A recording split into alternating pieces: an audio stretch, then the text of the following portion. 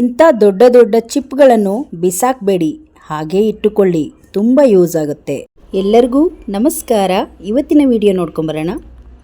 ಮೊಟ್ಟೆ ಬೇಯಿಸೋಕ್ಕಿಡ್ತೀವಿ. ಮೊಟ್ಟೆನ ನಾವು ಬೇಯಿಸೋಕ್ಕಿಡೋದಕ್ಕಿಂತ ಮುಂಚೆ ಈ ರೀತಿಯಾಗಿ ಕ್ಲೀನಾಗಿ ತೊಳೆದು ನಂತರ ನಾವು ಮೊಟ್ಟೆ ಬೇಯಿಸೋಕ್ಕೆ ಇಡ್ತೀವಿ.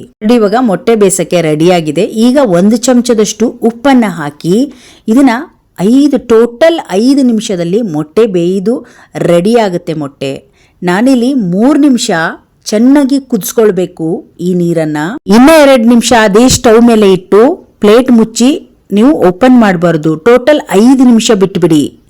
ನೋಡಿ, 3 ನಿಮಿಷ ಚೆನ್ನಾಗಿ ದೊಡ್ಡ ಉರಿಯಲ್ಲಿ ಕುದ್ದಿದೆ. ಇವಾಗ ಸ್ಟವನ್ನು ಆಫ್ ಮಾಡಿದ್ದೀನಿ.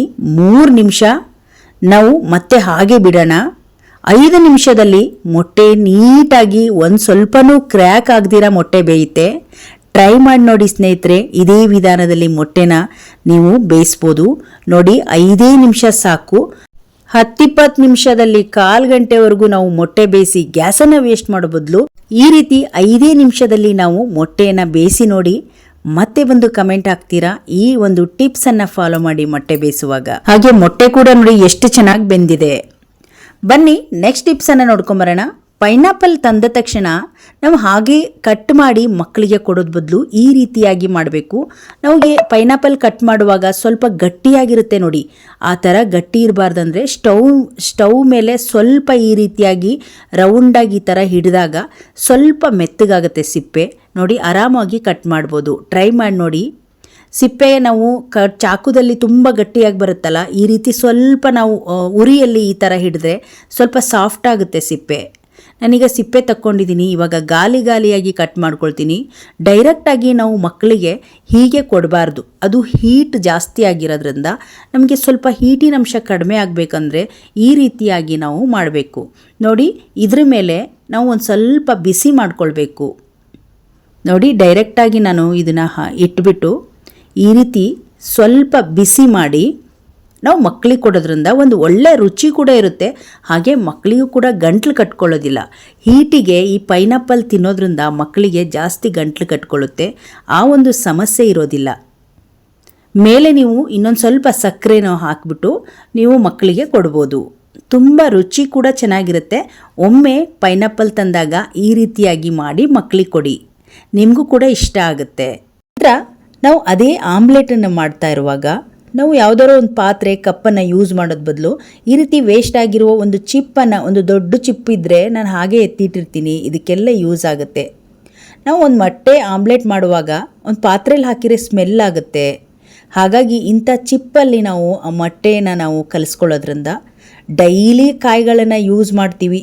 ಯೂಸ್ ಮಾಡಿದ ತಕ್ಷಣ ಹಾಗೆ ಇಟ್ಕೊಂಡ್ರೆ ನೋಡಿ, 1-2-3 ಸಲ ಇದನ್ನು ಯೂಸ್ ಮಾಡಿ ಬಿಸಾಕ್ಬೋದು. ಮತ್ತೆ ನೋಡಿ, ಇವಾಗ 2 ಮೊಟ್ಟೆನ ನಾನು ಒಡೆದಾಕ್ಕೊಳ್ತಾ ಇದ್ದೀನಿ.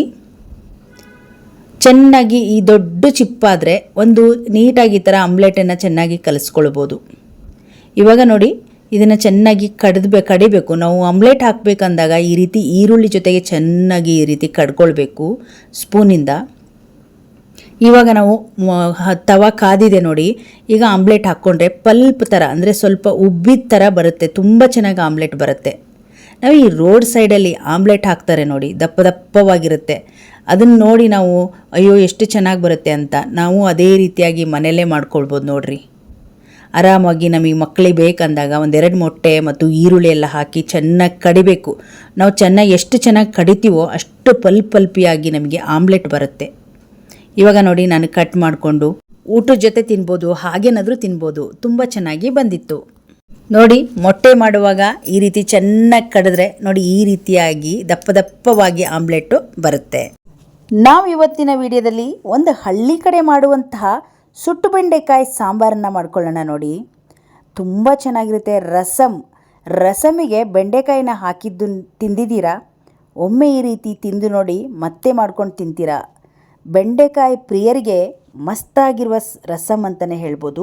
ನೋಡಿ, ಒಂದು 1/4 kg ಬೆಂಡೆಕಾಯಿನ ಈ ರೀತಿಯಾಗಿ ನಾನು ಸುಟ್ಕೊಳ್ತಾ ಇದ್ದೀನಿ. ಸ್ವಲ್ಪ ಕಪ್ಪಾಗೋವರೆಗೂ ನಾವು ಈ ರೀತಿಯಾಗಿ ಸುಡಬೇಕು. ಕೆಂಡದ ಒಲೆ ಆದರೆ ನಾವು ಡೈರೆಕ್ಟಾಗಿ ಕೆಂಡದ ಮೇಲೆ ಹಾಕಿ ಇದನ್ನು ಸುಡ್ಬೋದು. ಹಾಗೆ ಸ್ಟವ್ ಮೇಲಾದರೆ ಈ ರೀತಿಯಾಗಿ ನಾವು ಇದನ್ನು ಸುಡ್ಬೋದು. ಸ್ವಲ್ಪ ಕಪ್ಪಾಗಿರಬೇಕು ಮತ್ತು ರೌಂಡಾಗಿ ಎಲ್ಲ ಕಡೆ ಇದು ಚೆನ್ನಾಗಿ ಬೆಂದಿರಬೇಕು. ಅಲ್ಲಿವರೆಗೂ ಇದೇ ರೀತಿಯಾಗಿ ಸ್ವಲ್ಪ ಲೋ ಮಾಡಬೇಕು, ಸ್ವಲ್ಪ ದೊಡ್ಡ ಮಾಡಬೇಕು ಉರಿನ. ಮಾಡ್ತಾ ಇದನ್ನು ನಾವು ಬೇಯಿಸ್ಕೊಳ್ಬೇಕು. 1 ನಿಮಿಷ 1-1.5 ನಿಮಿಷದಲ್ಲಿ ಇದು ಚೆನ್ನಾಗಿ ಬೆಂದುಬಿಡುತ್ತೆ. ಇವಾಗ ನೋಡಿ ಎಲ್ಲವೂ ಚೆನ್ನಾಗಿ ಬೆಂದಿದೆ.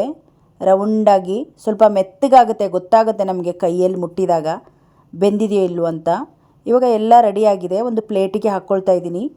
ನಂತರ ನಾನು ಇದಕ್ಕೆ ಒಂದು ಆ್ಯಪಲ್ ಟೊಮೊಟೊ ತೊಗೊಂಡಿದ್ದೀನಿ ಮತ್ತು ಈರುಳ್ಳಿನ ಹಾಕ್ಕೊಂಡಿದ್ದೀನಿ. ಅದನ್ನು ಕೂಡ ನಾವು ಇದರಲ್ಲಿ ಬಾಡಿಸ್ಕೊಳ್ಬೇಕು. ಟೊಮೊಟೊ ಸಿಪ್ಪೆ ಕಿತ್ತು ಬರೋವರೆಗೂ ನಾವು ಇದನ್ನು ಸುಟ್ಕೊಳ್ಬೇಕು. ಈ ರೀತಿ ಸುಟ್ಟು ಮಾಡೋದ್ರಿಂದ ಒಂದು ಒಳ್ಳೆ ರುಚಿ ಇರುತ್ತೆ ರಸಮ್. ಹಾಗೆ ಇದು ಹಿಂದಿನ ಕಾಲದ ಅಜ್ಜಿ ಮಾಡುವ ಒಂದು ರಸಮ್ ಅಂತಲೇ ಹೇಳ್ಬೋದು. ಒಂದು ಬೆಂಡೆಕಾಯಲ್ಲಿ ಬರೀ ಪಲ್ಯ ಅಷ್ಟೇ ಅಲ್ಲ, ರಸಮ್ ಕೂಡ ಮಾಡ್ಬೋದು. ನೋಡ್ತಾ ಹೋಗಿ. ಈ ರೀತಿ ಸುಟ್ಟು ಬೆಂಡೆಕಾಯಲ್ಲಿ ಒಂದ್ಸಲ ಟ್ರೈ ಮಾಡಿ ನೋಡಿ, ತುಂಬ ಚೆನ್ನಾಗಿರುತ್ತೆ ರುಚಿ. ಇವಾಗ ನೋಡಿ ಇದು ಕಪ್ಪಾಗಿದೆ ಅಲ್ವಾ, ಇದನ್ನು ಸ್ವಲ್ಪ ಕ್ಲೀನ್ ಮಾಡ್ಕೊಳ್ಬೇಕು. ಒಂದು ಬೌಲಲ್ಲಿ ನೀರು ತೊಗೊಂಡಿದ್ದೀನಿ ನೋಡಿ, ಎಲ್ಲ ಕ್ಲೀನ್ ಮಾಡ್ಕೊಳ್ತಾ ಇದ್ದೀನಿ. ಆ ಕಪ್ಪಾಗಿರೋದೆಲ್ಲ ಸ್ವಲ್ಪ ಎಲ್ಲ ನೋಡಿ ಕ್ಲೀನಾಗಿ ಕ್ಲೀನ್ ಮಾಡಿ ಒಂದು ತಟ್ಟೆಗೆ ತೊಗೊಳ್ಬೇಕು. ನೋಡಿ ಈರುಳ್ಳಿ ಹಾಗೆ ಬೆಂಡೆಕಾಯಿನ ಎಲ್ಲ ತೊಳ್ಕೊಂಡಿದ್ದೀನಿ. ಈಗ ಈ ನೀರು ಚೆಲ್ಲಿಬಿಟ್ಟು ಟೊಮೆಟೊ ಸಿಪ್ಪೆನೂ ಕೂಡ ತೆಗೆದು ಟೊಮೆಟೊನ ನೋಡಿ ಸಣ್ಣದಾಗಿ ಕಟ್ ಮಾಡ್ಕೊಳ್ಳೋಣ. ಚೆನ್ನಾಗಿ ಬೆಂದಿದೆ ಮತ್ತು ಇದು. ಈಗ ಟೊಮೆಟೊ ಎಲ್ಲ ಸಣ್ಣದಾಗಿ ಕಟ್ ಮಾಡಿದ ತಕ್ಷಣ ನೋಡಿ ಈರುಳ್ಳಿನೂ ಕೂಡ ನಾವು ಕಟ್ ಮಾಡ್ಕೊಳ್ತಾ ಇದ್ದೀವಿ. ಬೆಳ್ಳುಳ್ಳಿನ ನಾವು ಲಾಸ್ಟಲ್ಲಿ ಒಗ್ಗರಣೆ ಟೈಮಲ್ಲಿ ನಾವು ಬೆಳ್ಳುಳ್ಳಿ ಬಳಸ್ತೀವಿ ಇದಕ್ಕೆ. ನೋಡಿ ಇದನ್ನು ಒಂದು ಪ್ಲೇಟಿಗೆ ಹಾಕ್ಕೊಂಡು ಈಗ ಬೆಂಡೆಕಾಯಿನ ಕೂಡ ಸಣ್ಣದಾಗಿ ಕಟ್ ಮಾಡ್ಕೊಳ್ಳೋಣ. ತೊಟ್ಟು ಭಾಗನೆಲ್ಲ ಅದನ್ನು ಬಿಸಾಕ್ಬಿಟ್ಟು ಮಧ್ಯೆ ಸ್ವಲ್ಪ ಎಲ್ಲ ಚೆನ್ನಾಗಿ ಬೆಂದಿರೋದ್ರಿಂದ ನಾವು ಏನು ಉದ್ದಕ್ಕೆ ಕಟ್ ಮಾಡಿದ್ರೂ ಗೊತ್ತಾಗಲ್ಲ. ಮತ್ತೆ ಬೇಯಿಸೋದೇ ಬೇಡ, ಇದನ್ನು ಡೈರೆಕ್ಟಾಗಿ ಹಾಕ್ಬೋದು. ನೋಡಿ ಬೆಂಡೆಕಾಯಿ ಎಲ್ಲ ಕಟ್ ಮಾಡಿದ್ದೀನಿ. ಈಗ ಪೆಪ್ಪರು ಮತ್ತು ಜೀರಿಗೆನ ತರಿಯಾಗಿ ಪುಡಿ ಮಾಡ್ಕೊಳ್ಳೋಣ. ರಸಮ್ ಅಂದರೆ ಪೆಪ್ಪರ್ ಜೀರಿಗೆ ಅಂತೂ ಇರಲೇಬೇಕಲ್ವಾ. ಇವಾಗ ನೋಡಿ ಇದನ್ನು ತರಿಯಾಗಿ ಪೌಡ್ರ್ ಮಾಡ್ಕೊಳ್ತಾ ಇದ್ದೀನಿ. ಒಂದು ರೌಂಡ್ ಎಲ್ಲ ಸುಟ್ಕೊಂಡ್ಬಿಟ್ರೆ ಸಾಂಬಾರು ಮಾತ್ರ ಬೇಗನೆ ಮಾಡ್ಬೋದು. ಈಗ ಇದು ತರಿಯಾಗಿ ಪೌಡ್ರ್ ಕೂಡ ರೆಡಿ ಆಯಿತು. ಇವಾಗ ಎಲ್ಲವನ್ನು ಮಿಕ್ಸ್ ಮಾಡ್ಕೊಳ್ಳೋಣ. ಹಾಗೆ ಒಂದು ಪಾತ್ರೆ ತೊಗೊಂಡಿದ್ದೀನಿ ನಾನು, ರಸಮ್ ಮಾಡೋ ಪಾತ್ರೆನ. ಈಗ ನಾನು ಟೊಮೊಟೊ ಬೆಂಡೆಕಾಯಿನ ಎಲ್ಲವನ್ನು ಹಾಕ್ಕೊಳ್ಳೋಣ. ಇವಾಗ ಡೈರೆಕ್ಟಾಗಿ ಎಲ್ಲ ಮಿಕ್ಸ್ ಮಾಡ್ಕೊಂಡು ಬಿಡ್ತೀನಿ. ಫಸ್ಟು ಈ ಟೊಮೊಟೊನ ಸ್ವಲ್ಪ ಕೈಯಿಂದ ಈ ರೀತಿ ನೋಡಿ ಕಿವುಚ್ಕೊಳ್ಬೇಕು. ಈ ರೀತಿ ನಿಮ್ಮ ಹತ್ರ ಏನಾದರೂ ಮಸಿಯ ಕೋಲಿದ್ರೆ ಅದರಲ್ಲಿ ಕೂಡ ಮಸ್ಕೊಳ್ಬೋದು. ಈಗ ಹುಳಿ ರಸ ಹಾಕ್ಕೊಳ್ತಾ ಇದ್ದೀನಿ. ಒಂದು ಸ್ವಲ್ಪ ಹುಳಿನ ನಾನು ನೆನೆಸ್ಕೊಂಡಿದ್ದೆ, ರಸನ ಹಾಕ್ಕೊಂಡಿದ್ದೀನಿ. ಈಗ ನೋಡಿ ಪೆಪ್ಪರ್ ಮತ್ತು ಜೀರಿಗೆ ಪುಡಿ ಹಾಕ್ಕೊಳ್ತಾ ಇದ್ದೀನಿ.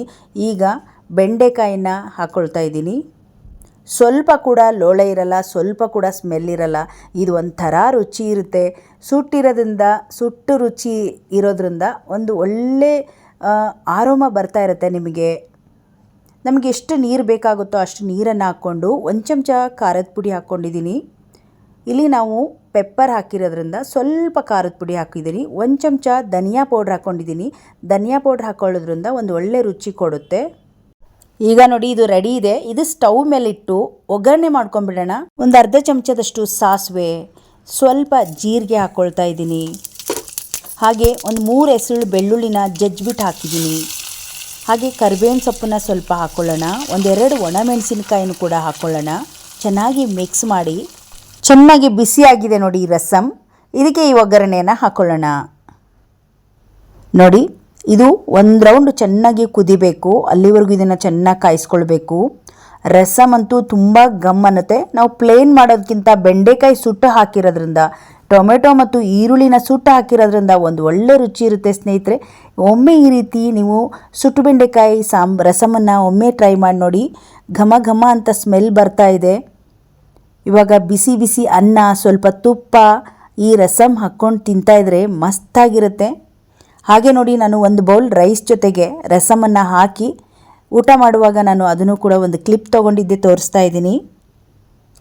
ಮಧ್ಯಾಹ್ನ ಊಟಕ್ಕೆ ಅಥವಾ ಸಾಯಂಕಾಲ ಊಟಕ್ಕೆ ಮಸ್ತಾಗಿರುತ್ತೆ. ಈ ಥರ ಚಳಿ ಇರೋ ಒಂದು ವೆದರಲ್ಲಿ ಈ ಒಂದು ರಸಮ್ ಅಂತೂ ಸೂಪರ್ ಆಗಿರುತ್ತೆ. ಒಮ್ಮೆ ಟ್ರೈ ಮಾಡಿ ನೋಡಿ. ನೋಡಿದ್ರಲ್ಲ ಸ್ನೇಹಿತರೆ, ಇವತ್ತಿನ ಎಲ್ಲ ವಿಡಿಯೋಗಳು ನಿಮ್ಗೆ ಇಷ್ಟ ಆಯಿತು ಅಂದ್ಕೊಂಡಿದ್ದೀನಿ. ಹಾಗೆ ಇವತ್ತು ಮಾಡಿರುವ ಸುಟ್ಟು ಬೆಂಡೆಕಾಯಿ ರಸಂ ನಿಮಗೆ ಇಷ್ಟ ಆದರೆ ಒಂದು ಲೈಕ್ ಮಾಡಿ, ಈ ವಿಡಿಯೋವನ್ನು ಶೇರ್ ಮಾಡಿ. ಇನ್ನಷ್ಟು ವಿಡಿಯೋಗಳಿಗಾಗಿ ನಮ್ಮ ಚಾನಲನ್ನು ಸಬ್ಸ್ಕ್ರೈಬ್ ಮಾಡ್ಕೊಳ್ಳಿ. ಮತ್ತೆ ಮುಂದಿನ ಹೊಸ ವಿಡಿಯೋಗಳೊಂದಿಗೆ ಸಿಗೋಣ. ಅಲ್ಲಿವರೆಗೂ ಧನ್ಯವಾದಗಳು.